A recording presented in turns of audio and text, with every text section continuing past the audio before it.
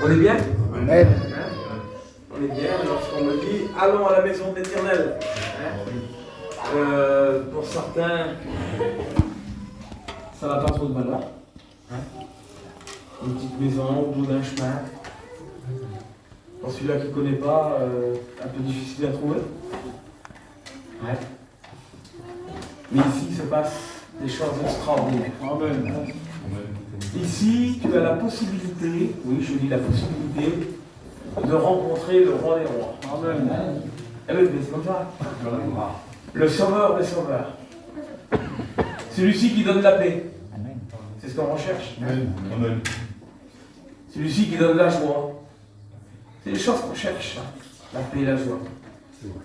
Celui-ci qui donne le bonheur. C'est des choses encore qu'on cherche. Pour certains, ils le cherchent encore.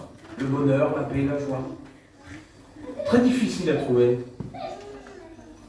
Mais dans ce petit chemin, au bout de ce chemin, tu peux trouver la paix, tu peux trouver la joie, tu peux trouver le bonheur. Amen. Amen. Tu as peut-être été ailleurs, comme il a dit Jo tout à l'heure, il a été dans les Caraïbes. Moi j'ai peur de l'avion. J'ai pris une fois l'avion pour aller acheter une auto. Et j'ai acheté l'auto même que ce n'était pas une affaire et qu'elle était valable. Et lorsque je suis remonté sur Nantes avec, j'ai cassé la pompe à eau, un peu comme le sofa, bref. Je l'ai acheté pour ne pas reprendre l'avion. Ah oui, c'est j'ai eu peur. Ah oui. J'aimerais vous dire une chose, que le bonheur, la paix, la joie, il se trouve dans ce petit endroit. Pour certains, ça n'a pas beaucoup de valeur, mais pour nous, ça a une valeur extraordinaire. Parce que c'est l'endroit où on se rassemble, ça s'appelle l'assemblée. Nous on dit réunion, mais le mot réunion, c'est assemblée. Assemblée pourquoi? Pour qui? On ne se rassemble pas au nom d'un homme, avec tout le respect que je dois à votre ancien, votre pasteur. On ne se rassemble pas au nom de vie, lumière non plus, non. On ne se rassemble pas au nom d'une personne, on se rassemble au nom de Jésus. Amen. Et lorsque tu viens au nom de Jésus, tu ne viens pas écouter quelqu'un de particulier, tu viens écouter la parole de Dieu. Amen. Si tu te dis je vais là-bas parce que je vais écouter quelqu'un, merci Seigneur, ça va si ça peut réveiller ta conscience et puis stimuler un peu ton cœur en disant je vais à la réunion parce qu'il y a quelqu'un de particulier. Mais le particulier des particuliers, il s'appelle Jésus. Amen. Il n'y en a pas d'autre. Bébé, il y a 40 ans qui prêche. Moi, j'étais en mission avec eux, avec Samuel, à l'époque, j'étais première année. Alors, de temps en temps, ils me faisaient faire une petite réunion ou deux. Bon, les années ont passé. Mais ce que je veux vous dire, c'est le particulier, le meilleur, le champion du monde, celui qui a tout pouvoir, il est au milieu de nous. C'est pas moi, c'est pas comme ça que ça marche. Et puis auparavant, tu sais que tu allais à la réunion à 8h30, est-ce que tu t'es mis un peu à part, je parle pour les chrétiens, ou même pour celui qui recherche Dieu, et puis c'est simplement te redire ces mots. Vous savez ce qui nous donne des messages puissants à nous, serviteurs de Dieu? C'est par moyen du Saint-Esprit, c'est parce qu'on médite la parole de Dieu. Je vous l'accorde, mais il y a quelque chose de particulier. Il y a votre préparation à vous. Et ce qui veut dire que si vous êtes en appétit de la parole, alors à partir de ce moment-là, le Saint-Esprit se saisit de nous pour vous donner à manger. Parce qu'auparavant, vous êtes mis à part. Et puis vous êtes fait cette prière dans votre cœur.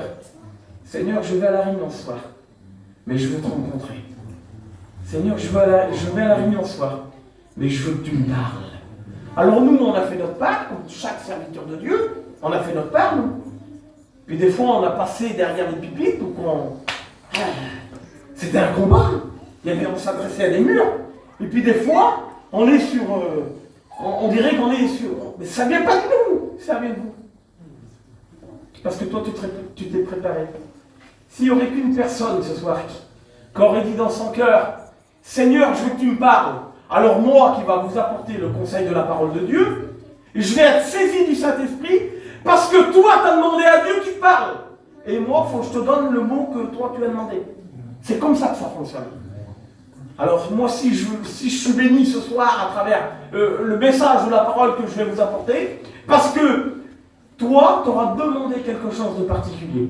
Et si tu demandes quelque chose de particulier, alors Dieu se sert de nous pour pouvoir ouvrir les portes pour essayer de comprendre. Il dit, mettez-moi de la sorte à l'épreuve, et il dit, vous verrez. Ah, automatiquement, il y a quelque chose qui se passe.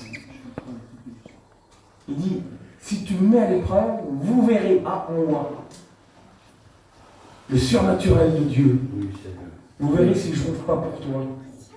Pour ton foyer, pour tes enfants, pour tes parents, pour ta maladie, pour tes chaînes, pour tout. Ouais. Si je n'ouvre pas les écluses du ciel pour venir bénir ta vie. C'est comme ça que ça fonctionne. Amen, alors on prie le Seigneur. Ouais, je demandais donc au frère s'il peut bien prier pour moi. Gloire à Dieu. Voilà. Alors, je vais essayer de parler doucement. Il y a à peu près 1 an et demi, j'ai fait une paralysie faciale. Moi, je suis quelqu'un qui parle un peu vite. Et lorsque je parle assez vite, des fois, le visage se bloque. Donc, je vais essayer de parler doucement et de vous faire comprendre quelque chose ce soir qui est dans la parole de Dieu. Je lis ce verset qui va nous servir de tremplin à la méditation. Et puis, j'aimerais que le chrétien ce soir reparte encouragé. J'aimerais que le fort reparte encore plus fort. C'est possible ça. Ouais. J'aimerais que le faible reparte avec un peu plus de force. J'aimerais, celui-là qui ne connaît pas Jésus, de repartir avec. Amen. Et puis que le Saint-Esprit touche ta conscience ce soir, touche ton cœur. Et tu vois que vous démontrez à travers la parole de Dieu que c'est possible. Que les choses qui te semblent impossibles, c'est possible. Les choses que tu peux pas toucher, que tu ne peux pas y accéder, c'est possible. Mais ça, il y a une condition auparavant. Alors on va écouter la condition, il nous dit ça. Romains 10 et verset 17. Ainsi, la foi vient de ceux qu'on entend, et ceux qu'on entend vient de la parole. Amen. De la parole de qui? De la parole d'un homme? De la parole d'un ministre? De la parole du maire? De la parole d'un avocat? Non. De la parole du serviteur. Vous faites trash. C'est votre Bible quand même. De la parole de Christ. Oui, de la parole de Christ. Il dit la foi vient de ceux qu'on entend. Et ceux qu'on entend vient de la parole de Christ. De Christ. Le Tout-Puissant. Christ veut dire Messie. Sauveur du monde. Celui qui tend la main. Pas celui qui rejette, non. Parce que dans la parole de Marc, il nous dit, de Matthieu, il nous dit ça. C'est Jésus, c'est sorti de la bouche de Jésus. Il dit, venez à moi. Vous tous qui êtes fatigués et chargés. Et moi je vous donne du repos. Ah, j'ai dit qu'on cherchait le repos tout à l'heure. Hein? Ouais. Le bonheur, le repos, la joie. Ouais. Alors il dit, venez à moi, vous tous, vous tous. Personne en particulier. Alors, je vais peut-être vous faire rire ce soir, hein, pour vous donner un petit peu. Tu es beau, tu fais 1m80, tu as 25 ans, tu as des grands cheveux, tu as des yeux bleus. Merveille. Mais il dit, venez à moi. Ouais, toi tu peux venir à nous aussi. Tu es un petit peu plus âgé, tu commences à sentir les rhumatismes, tu n'es pas très grand, tu n'as pas beaucoup de cheveux, tu me ressembles un petit peu, quoi. Eh bien, il dit, venez à moi. Ouais. Vous tous qui êtes fatigués. Fatigués mais chargés. On peut être chargé de quoi ce soir? De quoi tu peux être chargé? Dans quelle situation tu te trouves? Quelle position tu te trouves? Sur quel chemin tu te trouves? Quel est ton complexe dans ta vie? Parce qu'on a tous des complexes, on est tous pareils. On ne peut pas dire le contraire. On ne peut pas dire qu'on est parfait. Il n'y a pas de parfait. Le seul qui était parfait, c'est Jésus. Il nous rend parfait. Il nous rend parfait par son sang. Avec la sanctification, on essaye d'être parfait. Mais il ne faut pas se planquer derrière ce mot en disant il n'y a personne de parfait, donc j'ai mon degré, mon pourcentage de faute que je peux me permettre. Ça n'existe pas selon la parole de Dieu. Faites attention, ne vous trompez pas. Ça n'existait pas. Ce qui existe, c'est la sanctification que Dieu nous donne à mettre en pratique par le moyen du Saint-Esprit. Alors venez à moi, oui Seigneur, je viens, tel que je suis, avec ma misère, avec ma passion, avec mon alcool, avec ma drogue, avec mon vilain caractère, avec mon mensonge, avec mon vol, avec tout ce que vous voulez, avec des chaînes, oui, enchaînées, du pied à la tête. C'est possible? Oui, c'est possible. C'est possible. C'est possible, pourquoi? Parce que ce soir, tu n'es pas venu écouter un homme. Tu es venu écouter la parole de Dieu.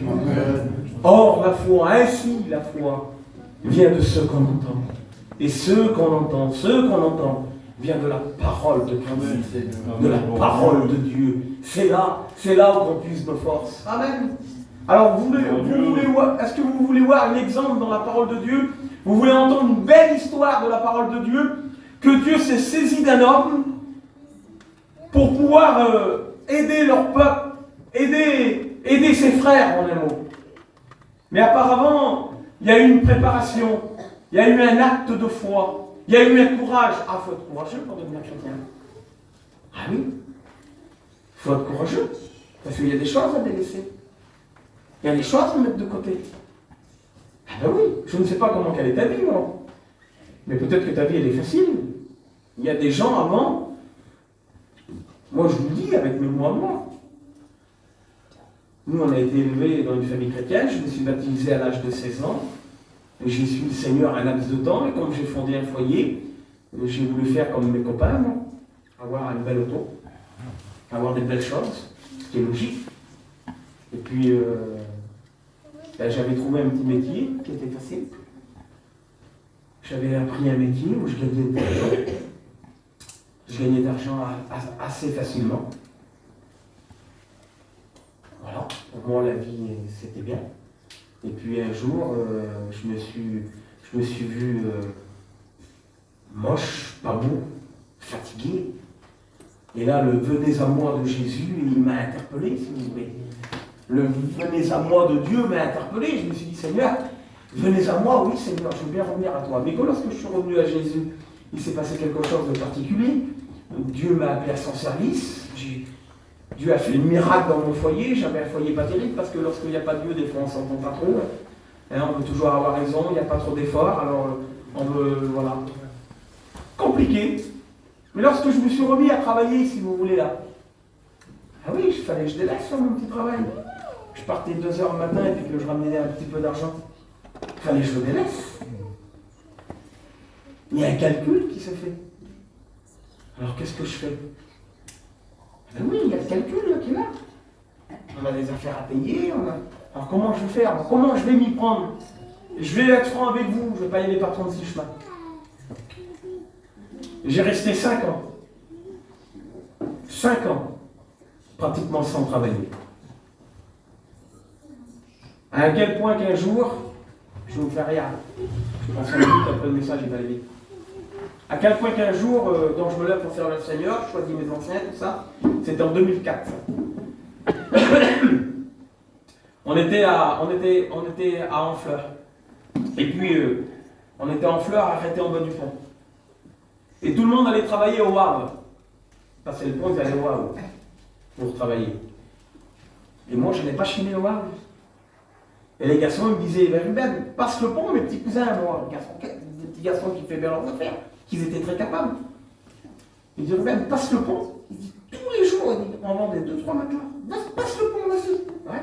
Oui, j'ai dit toujours oui, moi. J'avais pas l'argent pour payer le pont. Je pouvais pas y aller, passer le pont. Vous comprenez bien, je pouvais pas y aller à la nage. J'avais pas les moyens de payer le péage. Alors je prêchais pour la jeunesse, parce que c'était juste avant que je monte aux études, ils nous faisaient prêcher un petit peu avant. En 2004, là, on prêchait pour la jeunesse. Ce soir, les jeunes se convertissaient, on était bénis, j'étais heureux. Oh Seigneur, parce que je n'avais pas de francs, mais j'étais le plus heureux de la terre. Et un soir, et c'est là que le diable est venu avec ses pensées là, ses pensées de misère, parce que c'est des pensées de misère. Le soir là, je vois tous les petits jeunes couples de mon âge à l'époque. À l'époque, j'étais jeune. Mes petits bébés ils étaient tout petits. Mon Ruben, il devait avoir 6 ans. Ma petite, elle devait avoir 5 ans, ils ont un an d'écart, ils ont 26 ans maintenant. Alors, je vois tous les jeunes couples là, et le soir qu'il n'y avait pas de réunion là, bien habillés, mes petits cousins jamais là, bien habillés, leurs femmes des belles robes. C'est qui vont cela? Et fait, Ruben, tu viens pas avec nous? Je dis, vous allez où? Il dit, on va manger au restaurant, une merveille, là, les hommards. Ah, j'aime pas ça, les hommards. J'ai été manger une crêpe sur le bord, mais j'étais quand même le plus heureux de le faire. Ah, parce que j'avais Jésus dans mon cœur. C'est pas les hommards. Et puis, j'ai resté un laps de temps, et puis je m'étais habitué, moi, à ma petite routine. Voilà, on gérait nos petits trucs, voilà, on gérait nos petites affaires. Et puis un jour, je sais pas, je me suis mis à faire une foire, un petit marché, une petite exposition. Et puis, sans faire de grandes choses, un peu de vaillantise de la part de l'homme, c'est obligatoire, non? Parce que ça ne tombe pas du ciel tout seul, il y a beaucoup de haine, mais Dieu m'a béni.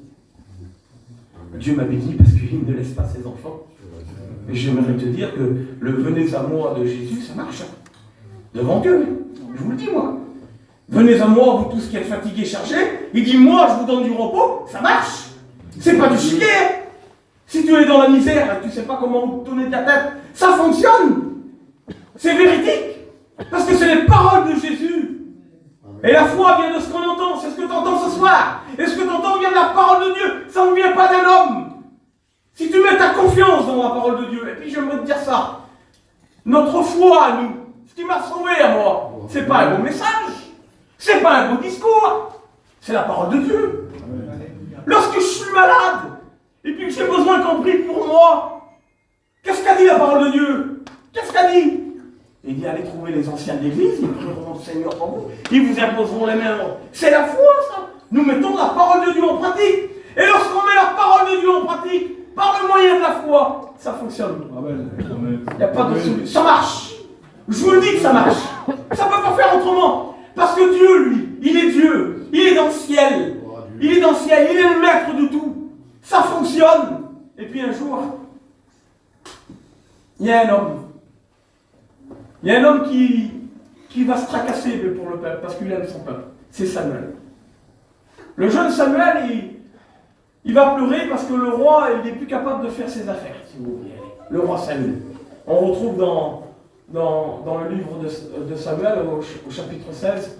Et puis, l'Éternel va lui parler, au prophète, là. Et puis, il va lui dire, arrête de pleurer un peu sur Saül, va. Arrête, ça ne sert à rien.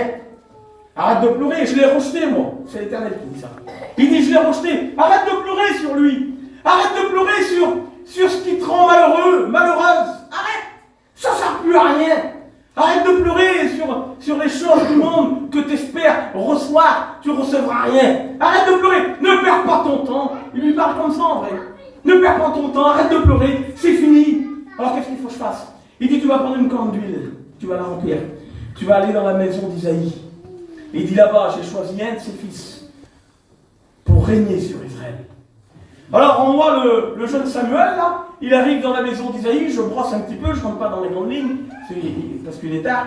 Et puis je vais aller vite fait au point essentiel. C'est pour que vous compreniez l'importance de la parole de Dieu. L'importance si tu places ta foi en lui. Vous allez voir où que la foi nous emmène. Parce que la foi, c'est pas simplement venir à la réunion, s'asseoir, passer 1h30, 2 heures à la réunion, repartir chez toi. La foi, lorsque vous lirez chez vous Hébreux 11, et là il y a les héros ou les géants de la foi, ça dépend des Bibles que vous avez. Mais là il y a des gens qui ont mis des hommes, des femmes de Dieu, qui ont mis leur foi en marche, en pratique. Vous allez voir ce qu'ils ont fait. Vous allez voir jusqu'à où ils ont allé. Vous allez voir jusqu'à où ils ont été. Vous allez voir leur vie, comment ils ont été changés. Vous allez voir. Vous allez voir par le moyen de la foi le bout de chemin que vous allez faire avec Christ. Ah, ça ne va pas s'arrêter là à la porte de l'église. Hein. Jamais. Jamais de la vie. Il rentre dans la maison d'Isaïe avec la corne d'huile pour oindre le nouveau roi. Et puis là, il voit un des frères, un de ses garçons. Il s'appelle Eliab. Cet homme-là, la Bible déclare qu'il est grand. C'est un homme fort. C'est pas moi. C'est un homme fort, un homme beau. C'est un homme que lorsqu'il passe, on le regarde. Notre regard est obligé de le regarder. Parce que c'est un homme qui est fort, c'est un homme de guerre. On le regarde. Et puis, lorsqu'il passe le seuil, là, qu'il le voit, Il dit, c'est lui le roi de l'Éternel. C'est certainement lui. Et l'Éternel le reprend. Il dit, écoute bien ce que je te dis. Il dit, l'homme considère ce que moi je ne considère pas. L'homme regarde à ce qui frappe les yeux et à l'apparence. Mais dis-moi, c'est l'Éternel, écoute bien. Il dit, moi, je regarde au cœur. Amen. Amen. Pour moi, là, vous êtes tous heureux. Pour moi, Ruben. Parce que je ne vous connais pas. Je vois des visages, je vois quelques petits visages tristes. Je vois des petits visages anxieux. C'est tout à fait normal. À mon avis, tu as les mêmes problèmes que moi, les mêmes soucis. On est comme ça. Et je vois des visages qui sont bien. Mais moi, je ne regarde pas à ton visage. Mais j'ai un défaut, moi. C'est que je n'ai pas la capacité de regarder dans ton cœur. Et je remercie le Seigneur pour ça. Parce que si j'aurais la capacité de regarder dans ton cœur à toi, ou dans ton cœur à toi, bébé, je serais peut-être bien malheureux. Et souvent peut-être embêté. Mais je n'en ai pas la capacité. Mais Dieu, lui, Dieu, de son ciel de gloire, Dieu le Tout-Puissant, Dieu le Merveilleux, Dieu celui qui donne la paix, la joie, le bonheur, lui qui te dit viens à moi et moi je te donne, lui a la capacité de regarder dans ton cœur. Il a la capacité, mais non seulement il sait ce que tu as besoin, il sait de quoi tu as besoin, il sait de quoi tu as demandé avant de passer le seuil de la porte. Il le sait. Et lorsqu'il voit cet homme, il dit non, c'est pas lui. C'est pas lui le loin. C'est pas lui que j'ai choisi. Toi tu regardes à ce qui est beau, mais non. Il dit moi je regarde au cœur. Je passe vite. La Bible dit qu'il va passer les 7 fils. Les 7 fils les uns après les autres, les uns après les autres. Et puis c'est pas eux. Alors, le jeune Samuel, si vous voulez, dans son incompréhension, mais il dit qu'est-ce qui se passe alors? C'est pas ici, là. C'est pas ici la bénédiction. À qui va servir la corne d'huile? Pour qui ça va être? Alors il va trouver le père, puis il lui pose la question, mais il dit tes fils, ils sont tous là? Elle dit non. Et il dit il en reste un, mais lui, il n'a pas d'importance. C'est le plus jeune. Pas d'importance. À l'époque, en Israël, c'était le plus vieux des garçons, le premier, qui avait les droits sur le père. C'était lui. Mais là, il y a le plus jeune. Il ne paye pas de mine, si vous voulez. Comme il passe, c'est un jeune homme, c'est pas un enfant, mais c'est un jeune homme, 17, 18 ans, peut-être un petit peu plus, mais c'est pas un bébé, c'est pas un enfant, il n'a pas 12 ans. Il s'appelle David. Et David, lui, il est particulier. Vous savez pourquoi? Parce que c'est l'homme selon le cœur de Dieu. C'est différent. C'est pas l'homme grand, fort, avec une belle apparence, non. Certainement que lorsqu'il passe dans le petit village, lui, les gens peut-être rient de lui. Et de lui, ben c'est un berger. Ouais. Il est dans les montagnes, il garde les petites brebis de son père. Il n'a pas trop d'importance. Alors, David lui va dire, la conduite, là, c'est certainement pas pour lui. Il dit, mais va le chercher. Alors, lorsqu'il passe le seuil de la maison, ce jeune homme-là, la Bible dit ça. C'est la Bible qui le dit. Il dit qu'il était beau de figure, qu'il avait des beaux yeux, et qu'il était blanc. Quelque chose de particulier. Beau de figure, des beaux yeux, et il était blanc. Et lorsqu'il passe le seuil de la porte, l'Éternel parle dans le cœur de Samuel, il dit c'est lui loin. Il dit c'est lui loin. Alors le jeune David, il rentre, il se met à genoux devant tous ses frères, parce que tous ses frères sont là, et puis il prend la corne d'huile là, et puis il est loin. Il est loin de la part de Dieu. À partir de ce moment-là, le jeune David, à partir de ce moment-là, il va accomplir des choses extraordinaires. Des choses qui n'étaient pas possibles, ils deviennent possibles. Des choses qui n'étaient pas accessibles, ils deviennent accessibles.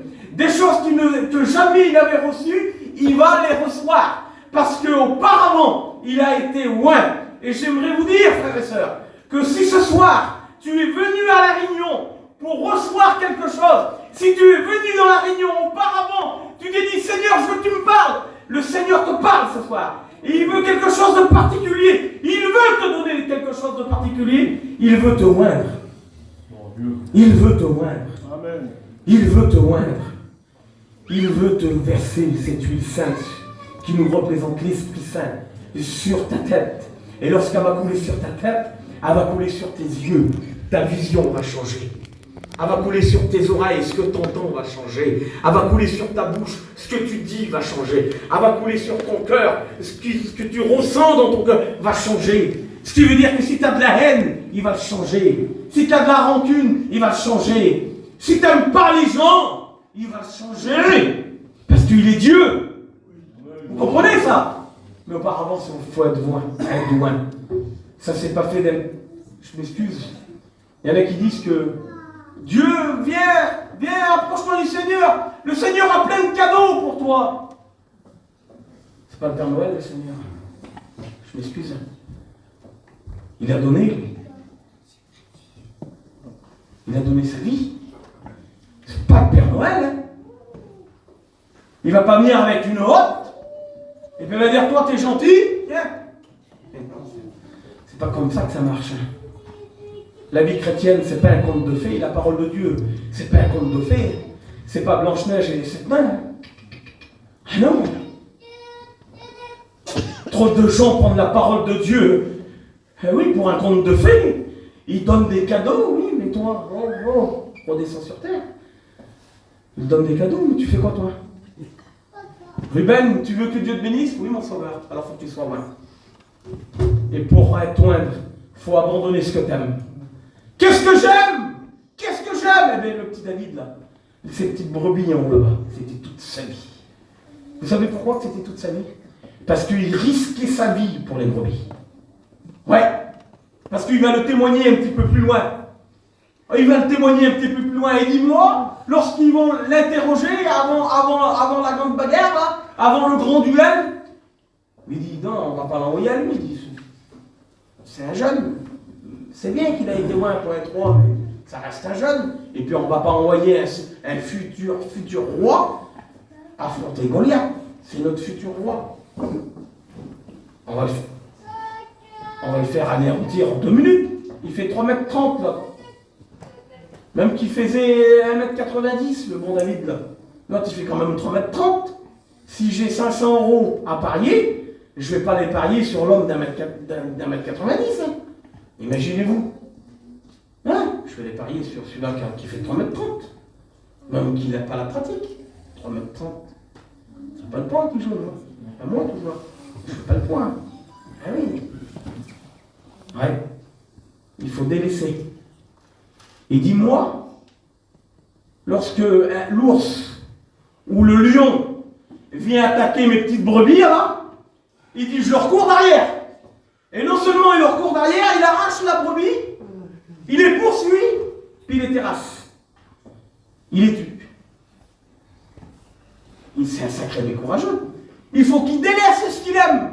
Il les aime plus que sa propre vie. Parce que c'est les brebis de son père, c'est l'héritage. Il avait compris ça, lui. Il les délaisse. Alors la Bible dit que sa fonction, elle va changer. Je passe vite, je finis encore 5 minutes et c'est terminé. Je passe vite. Il dit qu'il va l'envoyer au service de Saül.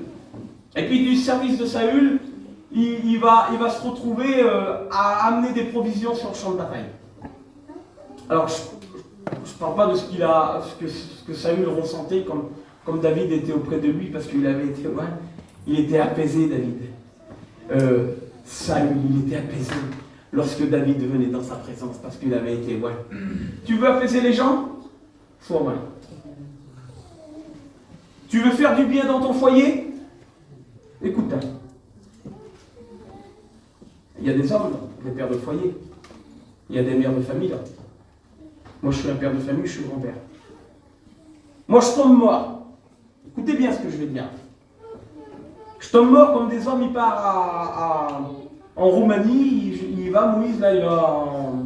Tu vas où, Moïse, toi? En Albanie. Je tombe mort, merci Seigneur. Mais moi, lorsque je regarde chez moi, je fais ça, là, j'ai été loin.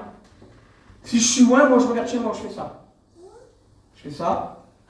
Je regarde mon fils, c'est un chrétien, merci Seigneur. Je regarde mon autre fille, j'ai 3 enfants. Mon autre fille qui a 16 ans, elle s'est baptisée il y a 2 mois. Elle est chrétienne, merci Seigneur. Mais j'en ai une encore qui n'est pas encore chrétienne. Alors moi, je la regarde là, et je me dis ça dans mon cœur. Je dis, Seigneur, c'est ma fille, je l'aime de tout mon cœur. Elle a besoin de la grâce de Dieu. Le jeune David, lui, parce qu'il a été loin, sa fonction elle va changer. Il va amener des provisions à ses frères. La Bible dit que le Père va lui donner cette mission-là.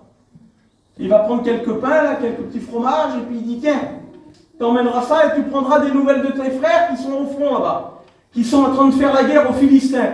Et lorsque le David arrive, si vous voulez, lorsque le jeune David arrive vers ses frères, là, il tombe en plein moment où ce géant sort des rangs, là, et puis qu'il insulte l'armée de l'Éternel. Si vous voulez, moi, je tombe en plein moment où je vois ma fille, là, et puis elle est dans une misère pas possible. Pour moi, c'est un combat, là. Je suis un père de famille, moi. Pour moi, ma fille qui n'est pas chrétienne, là, c'est un combat. Son mari n'est pas chrétien. Il y a eu des soucis, des divorces, c'est une complication, mon bon sauveur. Mais comme je la vois, là, elle est vers moi en ce moment, elle est arrivée il y a 2 jours.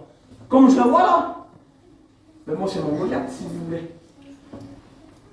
Je n'irai pas à 3000 km garder les petites brebis en haut là-bas, à courir derrière un lion ou un ours de temps en temps, qu'il y a mon peuple en bas dans la vallée qui est en train de mourir quand même, qui est en train de se faire mettre en miettes par le géant. Le foyer de ma fille, moi là, elle est en train de se faire mettre en miettes par le géant. Le géant il se fait mettre en miettes par le géant, ils sont aveuglés. Qu'est-ce que je vais faire dans la montagne en train de garder les brebis, moi? Je vais être là. Puis je vais leur donner du pain. Et puis comme le géant va venir là, je suis un serviteur de Dieu. Il m'a donné à moi de me dresser contre l'ennemi. Il nous l'a donné ou il ne nous l'a pas donné? Ah oui.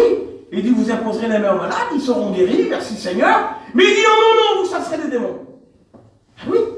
Alors là, pour moi, c'est un géant. Alors j'y vais de temps en temps, je donne un petit bout de pain. J'aimerais vous dire, frères et sœurs, ne donnez jamais ce que vous n'avez pas.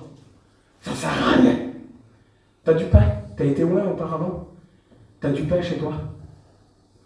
Tu as du pain chez toi. C'est quoi le pain? Regarde ce que c'est. Regarde ce que c'est le pain, le meilleur des boulangers. Le meilleur du pain, même qu'elle est au régime, même que tu es au régime, c'est le meilleur du pain, c'est ça. C'est la parole de Dieu. T'as du pain?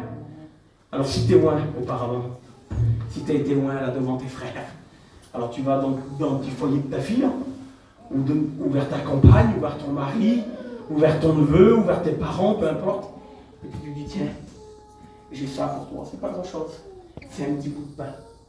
Et lorsqu'il va amener de la nourriture, là, le géant il sort, lui. Il sort, le géant. Et puis il lance un défi à l'armée d'Israël. Il dit, trouvez-moi quelqu'un. Ça devait être un voyageur géant, celui-là. Il dit, trouvez-moi quelqu'un. Trouvez-moi quelqu'un qui puisse m'affronter. Ça devait être un homme terrible. Ah oui. Et il dit, s'il terrasse, s'il me gagne.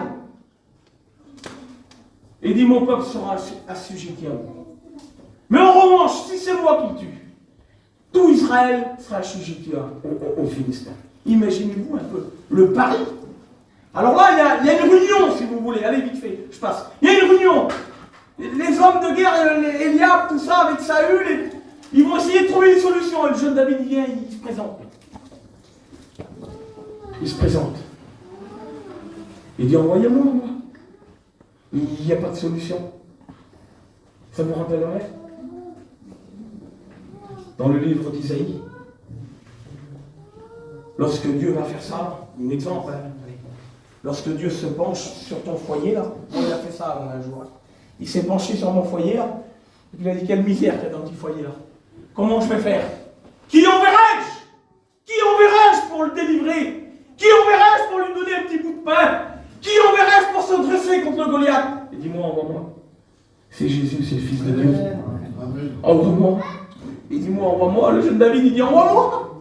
Mais il dit, non, envoie-moi, il dit. Envoie-moi. Alors, allez, Il l'envoie, c'est le futur roi. Il n'est pas encore roi, mais c'est le futur roi, il a été loin. Il prend sa parole en considération. Je pense que les hommes de l'époque, certainement qu'ils ont été touchés par le Saint-Esprit, je pense, pour l'envoyer. Alors il l'envoie. Et le roi, lui, il est là. Le roi, il est un peu orgueilleux, le roi Saül. Il dit, lui, il va combattre le géant. Moi, dans mon histoire, là, je passe pour pas grand-chose, quoi. Alors il dit, viens voir. C'est l'ennemi, ça. Regarde ce qu'il fait, l'ennemi. Viens voir. Écoute, pour t'en sortir, tu sais ce que tu vas faire? Je vais te donner mon armure. Tu vas la mettre sur toi. Tu vas voir, tu vas être fort. Maman, comment tu vas voir. Le géant avec l'armure en face de toi, là, il fera pas un truc. Tu vas voir. Le jeune David, lui, il ne veut pas trop le contrarier, il est poli. C'est un homme de Dieu extraordinaire. Il dit oui. Il met l'armure. Puis la Bible dit qu'il ne s'est pas senti à l'aise avec. Il y en a qui disent que l'armure était trop grande, mais Saül, frères et sœurs, c'est pas un fou. Lorsqu'il voit David, qui lui donne l'armure, il sait que David est capable de porter l'armure. Donc il met l'armure, mais il ne se sent pas à l'aise. Il n'est pas habitué. J'aimerais vous dire, frères et sœurs, les combats, les victoires dans nos vies, parmi nos foyers, parmi nos enfants, c'est pas en se déguisant qu'on les gagne. Non. C'est pas avec les prières de l'autre qu'on la gagne. Non. C'est pas parce que l'autre il prie à genoux toute la journée qu'on la gagne. Non. C'est parce que c'est toi. Ça nous appartient. C'est notre prière à nous. C'est notre combat à nous. L'armure, elle lui va pas. Il n'est pas à l'aise, il ne se déguise pas. Alors vous savez ce qu'il va faire, jeune David? Il va faire comme d'habitude. Ouais. Comme il allait courir derrière l'ours ou le lion. Vous savez ce qu'il va faire? Il va mettre son petit habit de berger, là, il va prendre son bâton. Son bâton. Sa jubissière. Sa fronde, son lance-pierre, fronde. Ouais. Un van. Ouais. Il va aller dans la rivière, là. Il va prendre 5 pierres. Elle s'appelle comment la rivière, frère et sœur? Les pierres qu'il va chercher. Elle s'appelle comment la rivière? Un ruisseau, un torrent, comment? Un torrent. C'est quoi un torrent? C'est quelque chose de facile. Parce que nous, on s'imagine que le jeune David, là, il a été dans un petit ruisseau qu'on voit à travers les champs à marche, là. Vous avez vu qu'on pêche la truite dedans? Ils sont à sec, pratiquement. Nous, on s'imagine que c'est ça. Qui va là, à genoux, mais non. C'est un torrent. Imaginez-vous ce que c'est un torrent. Vous savez ce que c'est qu'un torrent? C'est plus puissant que la Loire. À côté d'un torrent à côté de la Loire. La Loire à côté, c'est un ruisseau. Un torrent, c'est pas un petit ruisseau. C'est pas une mare d'eau. Hein. C'est un torrent. David, lui, il va au torrent. C'est pas facile d'aller au torrent, je vous le dis. Plier les genoux, là, c'est pas facile. L'orgueil dans nos cœurs, la mettre en dessous de nos talons, c'est pas facile. Et bien lui, il va où c'est pas facile. Et il prend 5 pierres. Il est choisi. Donc il faut aller au torrent. T'es prêt à aller au torrent ce matin, ce soir? C'est pas facile le torrent, ça fait peur. Bébé, t'es prêt à aller au torrent, toi? On est prêt à aller au torrent face des situations compliquées? On fasse la maladie, on fasse les deuils, on fasse que nos enfants, des fois, ils partent dans la drogue, ou dans la débauche, ou dans l'alcool, dans des choses qu'on n'imagine pas, ça nous tombe dessus. Est-ce que tu es prêt d'aller au torrent pour pouvoir combattre? Est-ce que tu es prêt? Tu es prête, ma soeur, d'aller au torrent? Ah oui, c'est pas une flaque d'eau, hein. C'est un torrent. Il rentre dans le torrent, il prend 5 pierres. Il avance devant le géant est derrière l'armée. Les deux armées face à face. Armée d'Israël d'un côté, les Philistins de l'autre côté. Le géant est derrière l'armée. Le peuple, l'armée philistin va à gauche et à droite, ils font un chemin, le géant il traverse. De l'autre côté c'est pareil, c'est David qui traverse. Et lorsque le géant, il voit David, il est vexé. Il est vexé le géant. Parce que c'est anodin. Pour lui c'est un... Et lorsqu'il voit arriver, lui, il voit un homme de guerre terrible, avec des cicatrices, je ne sais pas, des cartes, non? Il voit un jeune berger, avec un bâton, une fronde. Un jeune berger. Et puis lorsqu'il regarde, le bâton qu'il avait David, c'était pour dresser les chiens. Lorsque ces chiens allaient trop loin, il leur mettait des coups de bâton. Le géant Goliath, il regarde le jeune David, il écrit sur le peuple, mais vous me prenez pour qui? Je suis un chien, il dit, pour me présenter ça, moi? Il dit, vous allez voir le travail. En amour. Vous allez voir ce que je vais m'en faire aux gens de David. Donc il s'avance avec toute son armure, vous connaissez l'histoire. Il prononce des mots, il le maudit par les dieux étrangers, tout ça. Ouais. Et puis c'est là que ça prend toute la valeur, frères et sœurs. Parce que lui, il n'a pas mis sa confiance en Saül. Il n'a pas mis sa confiance dans son armée. Parce que l'armée, elle se faisait mettre en pièces depuis pas mal de temps. Il a mis sa confiance en l'Éternel. Il a dit, toi, tu viens en face de moi avec ton javelot, ton cax, en fait, toute ta panoplie là. Parce que l'ennemi, il a toute une panoplie pour nous faire mal. Toute une panoplie, Samuel. Il va te dire ça, l'ennemi. Tu n'y arriveras pas.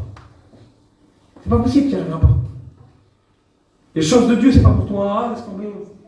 Tu vas plus faire 10 francs demain comme tu vas déchirer. Laisse tomber. Et toi, ma soeur, là, il va falloir que tu t'excuses là-bas.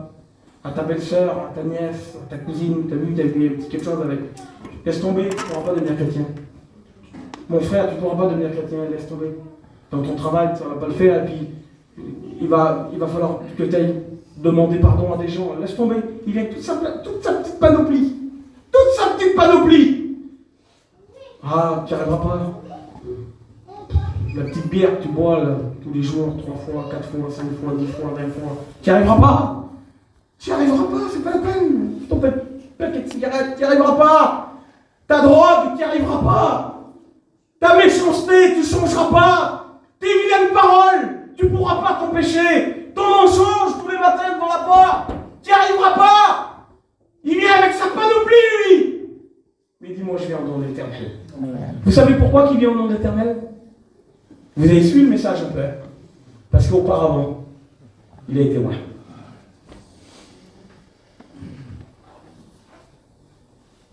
Et si tu es loin ce soir, alors tu y arrives.